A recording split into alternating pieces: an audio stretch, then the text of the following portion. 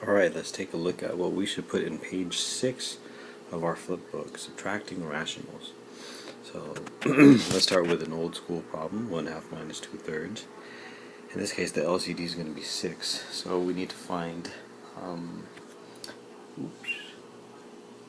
ways to get our denominator to be 6.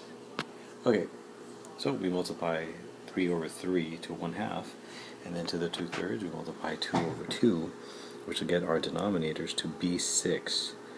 And now we can subtract the numerators. 3 minus 4 is -1 divided by 6, and it becomes -1 over 6 because your numerator is negative, your denominator is positive, and a negative divided by a positive is negative, so the whole thing is -1/6. Let's take a look at the second example. What's nice about the second example is that the two denominators are exactly the same. So now we have to see what's different about subtracting rationals. So let's take this. We can combine them because we have the same denominator. We take u plus 6v minus all of u minus 5v. So put the parentheses around both of them. U plus 6v, well, it breaks down. It's still u plus 6v. The minus, though, changes the u to be minus u and the negative 5v to be plus 5v. Why is that? Well, that's a -1 in front of the parentheses, and that gets distributed to the u and to the 5v, negative 5v, which causes the change in signs. All of that is still over 16v cubed, so now we just have to combine our like terms. The u's cancel, u minus u. The 6v plus 5v gives us 11v, all over 16v cubed. This one, there's no addition and subtraction, so we can cancel anything that is like. So we have to cancel out the v's. The v in the numerator drops out. The v cubed becomes v squared. And our final answer is 11 over 16v squared. Oops, I forgot. Our v, if you look at the original LCD, is just 16v cubed. So if v is 0, it's going to make it 0, so v cannot be 0. Oops. And let's look at the last one, the last column, the LCD, just like we do for addition, is factor the denominators and find all the key pieces.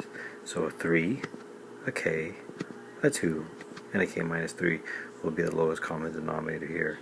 How we can clean that up is by calling it 6k times k over 3. So how do we change these two to have the common denominator? Well, the left side, we have to multiply by the 2 times k minus 3.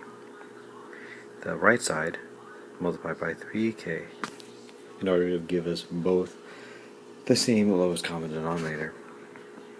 Then we multiply things out. 4k times 2 is 8k. 3k squared, we get that from 3k times k, plus 9k, get that from 3k times 3. So now we can clear up the first parentheses, multiply the 8k across, and then we subtract the second numerator, all in parentheses. So notice that I have parentheses on the 3k squared plus 9k, which now if we distribute that -1,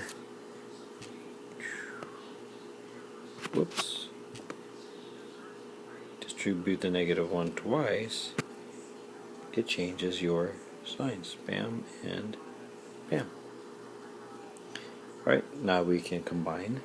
So 8k squared minus 3k squared is 5k squared.